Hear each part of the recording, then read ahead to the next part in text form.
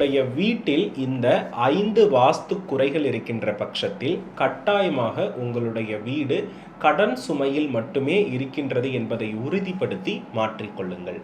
முதல் அறிகுறி, பொதுவாக அனைவருடைய வீட்டிலையுமே கிழக்கு வாசல் வடக்கு வாசல்ல நிறைய பேர் என்ன பண்ணுவாங்கன்னா வடகிழக்குல போர்ட்டிகோ போடுவாங்க.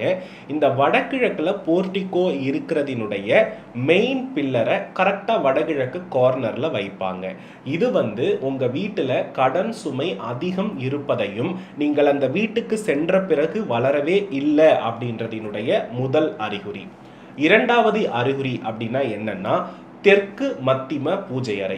இந்த தெற்கு மத்திம பூஜை அறையில நீங்க வடக்கு பக்கம் பார்த்து வாசல் வைத்திருக்கக்கூடிய அமைப்பு இருக்கிறது அப்படின்னா உறுதியாக நீங்கள் கடன் சுமைகளிலிருந்தும் நோய் நொடிகளிலிருந்தும் மீளவே முடியாது. இந்த அமைப்பு உள்ளவர்களுடைய வீட்டினுடைய பூஜை அறையில் வீழ்ச்சி மட்டுமே இருக்கும் என்பது உண்மை.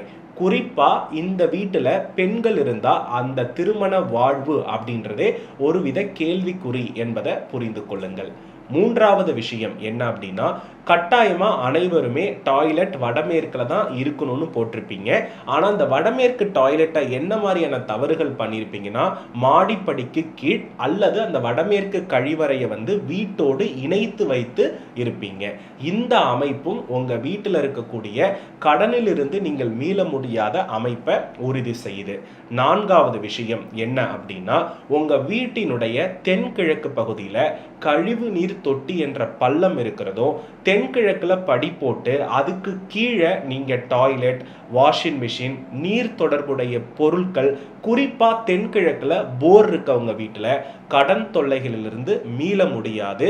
திருமண வாழ்க்கை, பெண்களுடைய திருமண வாழ்க்கை திருட்டு போகுதல் போன்ற நிகழ்வுகள் உறுதியாக நடக்கும்.